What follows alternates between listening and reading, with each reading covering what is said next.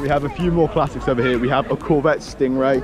I know these are pretty old, but I couldn't quite quote what year they come from or even what decade. But we also have LP 700-4, a Aventador Roadster over here as well. I don't like the Roadsters too much, or the Spider version of Lamborghinis. I know you can hear those lovely naturally aspirated engines much better, but I love the fact that with the standard coupes you can see the engine through the engine bay, and it looks far better. But to be honest, all Aventadors look gorgeous. I mean, the amount of attention Aventadors get as well is absolutely next level. When you actually see them driving and you hear the volume of those V12s, they just sound like an absolute weapon. They don't sound like they should be legal. They're just absolutely mental cars. Obviously, the Aventador has a single clutch transmission, so every gear change is really emotive. You can really feel every time you go up or down a gear because it really kicks you in the back, and it is just such a vehicle. But the price of Aventadors, I think, is a bit much considering they're not actually that fast around a track due to their weight and their size. I mean, they're absolutely massive. Parking it would be a real pain in the bum. We have a Murcielago with those awesome gull wing doors opening up over there as well. You can see those in the background. They are sweet. We'll go over and have a closer look at that in a minute. What do you guys think of the original R8s? Personally, I find them a bit bubbly. I don't think they've aged particularly well, but they're still sweet cars. And you can actually differentiate the V10 from the standard V8 by the shape of the exhaust pipes. Obviously, we've already seen a 2017 GTR, but here's another one. This one's in white. Absolutely love it. It's not a Nismo, but honestly, all GTRs have so much presence. Considering the fact that they're half the price of most of the cars here, they have so much physical presence. They look so damn good, and I really think that the performance you get for the money is just absolutely outstanding within its hands. Another Aston Martin here. Again, crap at quoting models of Aston Martins, but that Lamborghini Murcielago over there is absolutely gorgeous. It looks like it might be a Super Veloce version. It's got a wing stuck on the back, so it probably is. Or maybe even a Superleggera. I'm not entirely sure whether they were produced as Superleggeras or Super Veloces, but oh, just look at that. Look at those gull wing doors. Obviously, with the Aventador, you get the gull wings over there, as you do with the Murcielago. The lower end Lamborghinis don't get those gull wing doors, so you know it's an absolute weapon and it's got a V12 in it when you see those Lamborghini doors open up like that. Also, those black alloys look really nice. Doesn't look too dated. Considering this car is, more than 10 years old, I really think they've aged well. They're really aesthetic. And to be honest, that really nice gunmetal colour on it that's quite matte looks really good. Super clean. And even though it's a Gen 1 and hasn't got the sharp front end on it, it still looks really good. I think it's because the headlights are less boxy than the original. With the Gallardos, they're a lot less boxy. They look a bit more angular and look a bit more aggressive. And I think because of that, they've aged a lot better. Second gen TTRF. Not a massive fan of it really. I just don't think the headlights are a bit bubbly, but obviously it's still better than my standard TT. I quite like the red paint job on this one actually, but the alloys, again, it's not a car that's aged well because of that bubbly look, and at the moment in 2017 it's the angular look that everyone's going for that makes it more modern. I mean, to be honest, it even looks outdated next to that Mercy that's significantly older than it. That's a C63 or a Lamborghini Gallardo, I can tell. But here we also have the Mercedes AMG. Yeah, that's a C63, alright. You can tell by how gritty it is. Over here we have the Mercedes A45 AMG. It's 17 plates, so it's a new one. Obviously it's got the douchebag patch, I call it, with the carbon fibre diffusers or splitters at the front and the nice big wing stuff on the back. These things, for a 4-cylinder hatchback, have 380 brake horsepower. That is an absolutely mental amount of power out of a 4-cylinder. Praises to Mercedes AMG for getting that much power out of a 4-cylinder, but it still sounds gritty. Not as gritty as the C63 that you probably can't hear me over back there, but come on. For a hatchback, it's the hot hatch to have in my opinion. Sorry Ford fans, but I would rather have an A45 AMG than a Focus RS or a Fiesta ST. Obviously they're more expensive anyway. And also, little tidbit of information, as my friend just purchased one of these. These, when you purchase any AMG vehicle, you actually get an AMG track day, so you can learn to drive your vehicle to the max and learn how it brakes, so that you don't make too much of a tit of yourself on the road when you're driving it around for the first few weeks.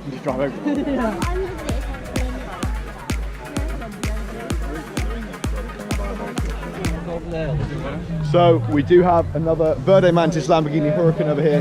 This is actually a coupe. It hasn't got the forged carbon engine bay, but we're going to go get a closer look at that in a minute. Obviously you saw me do a quick pan behind me. We have a few Maseratis, a Lotus, F-Type S, and I'm pretty sure that's a Ferrari. There's a Ferrari 360 over there. I didn't actually spot that when I was doing the pan. Obviously the 360 Challenge Stradale is a very well sought after car, but even the 360s are increasing in value. They're still a fantastic purchase as an investment, but Aston Martin DB9 over there. But that Huracan, it's just the Lamborghinis I look at really. What you heard revving earlier on in the video was actually this C63 over here. Obviously, if you want to see more C63s, check out the link in the description to my AMG meet from last week, because they are monstrous, and the burnouts you can do in those things are absolutely next level. But keep it stock, keep the chrome on it, because it really adds to the classy aesthetic, I think, of the AMG Mercedes C63s. Lamborghini Gallardo, not entirely sure what generation that is. Obviously, naturally aspirated V10, pushing, I think it's like 580 brake horsepower, so they're pretty sick. But it's just naturally aspirated cars sound so much better than anything with a turbocharger. I think the only exception are some of the AMG cars, because even though they're turbocharged to meet fuel regulations and emission regulations within England, they are such nice sounding cars because they're just so gritty and gravelly compared with everything else. Got another F-Type behind me. I think it might be an F-Type R. Oh, it's another SVR. It's the new SVR. Obviously, it's got a V8, but those AMG C63s are absolutely awesome. But I thought I'd have to run around and check out what Gen Gallardo this is. It looks like a Gen 1 or 2. But that red interior actually contrasts really well with the silver exterior. Looks really nice. And while they do look dated compared with the new Huracans, I'd still love to be driving out of here in a Gallardo. I couldn't moan with one of them at all. As you guys know, my dream car is a Lamborghini Huracan LP610-4. This is nigh on the exact spec I'd have. It's a coupe, it's got Verde Mantis paint with the green contrast stitching on the interior. It has the branding pack, it has the black alloys that I'd choose as well. Take a seat in it, dude. And really? I'm more to the point, I'm about to have a seat in it so we can have a look at the interior. But I would go for the green brake calipers rather than the black ones, but it is such a sick ride. Look at that. I'm taking a seat in the 610-4 at the moment. It just looks mental. Have a look at the interior in here. So obviously I've been in the 580-2, but the 610-4 in Verde Mantis, this is exactly how I'd spec it. In fact, all the buttons in it are quite derivative of Audi, but it's got the virtual cockpit, as you can see. I mean, I've never actually... Oh, unbelievable. So massive shout out to the owner. Thank you very much for letting me have a look at the interior, but this thing is absolutely next level. Oh my God. And those black rims. Oh, look at that interior. It's just the finish on it. It's the Italian leather. It's all just absolutely next level. It's so classy. And the Huracan written on the door sills there. It is just so nice. Virtually my exact spec, how I would spec it if I could afford one. What a vehicle. So, we're just having a look at the engine bay now.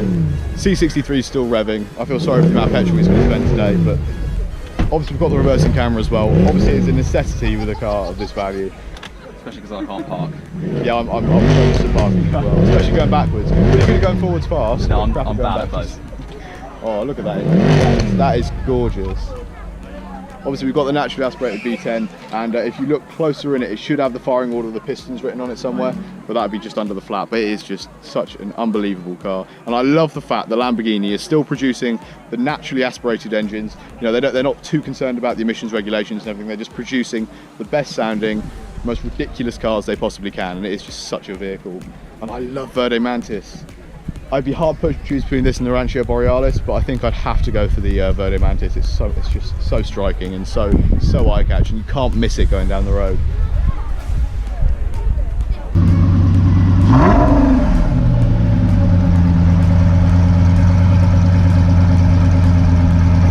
I always think the Gallardos sound fantastic, but you can never really hear it in videos how good they actually sound, because they're not too raspy, they're more just loud.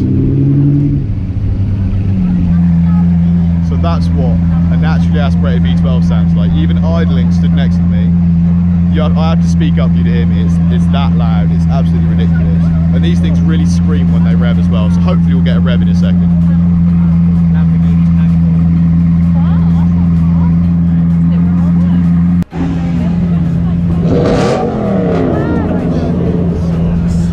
So that was a V12 Aston Martin.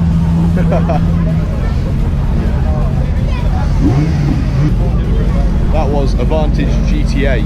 That was incredibly loud.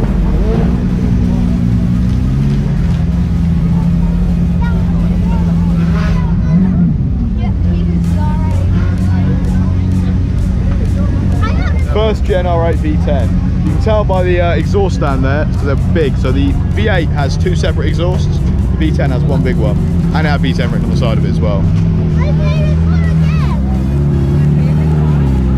That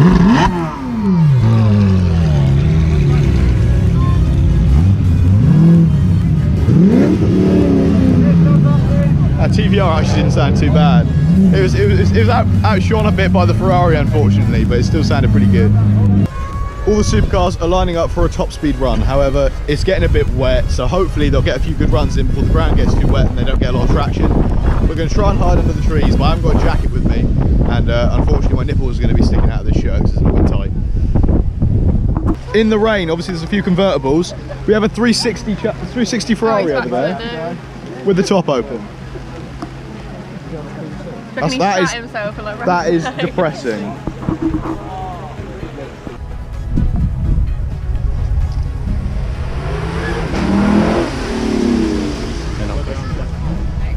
Yeah, it's a bit wet.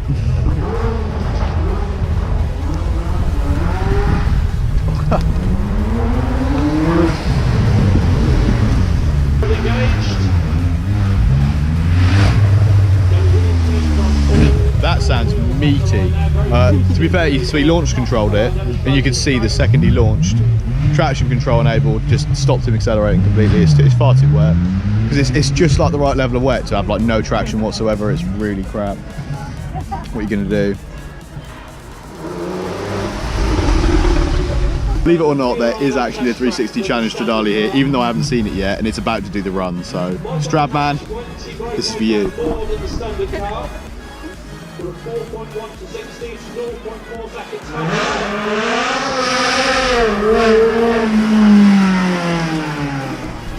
That is pretty sweet.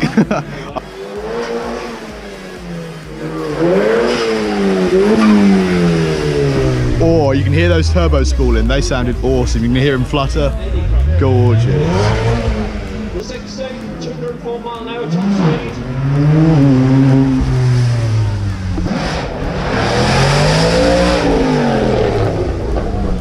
Damn.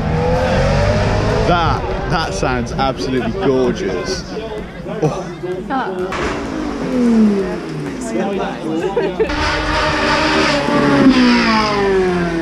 I just thought I'd give a shout out to this AMG GTS owner, because it's been raining and all the other cars are like wet, but this one's like so heavily waxed, half the water's like dripped off it, and I think now we've got a bit of rain on the cars, they really glisten a bit more and it looks a lot better, so I'm going to try and get a few more B-roll shots of the cars while they're wet, because they do look really cool. I haven't really looked at any GTSs yet, so obviously rear-wheel drive, V8 bi-turbo, and these things are pretty meaty, longitudinally mounted engine in the front of the car, and they sound really meaty. I mean, I'm sure a lot of you have already seen Paul Wallace's video with the Rentec GTS. That engine on that thing is mental. These things really are like, you know, like the C63s are meaty, this is like next level. These are really, really gritty sounding, and they're probably one of the best sounding cars you can get. Alien Gallardo.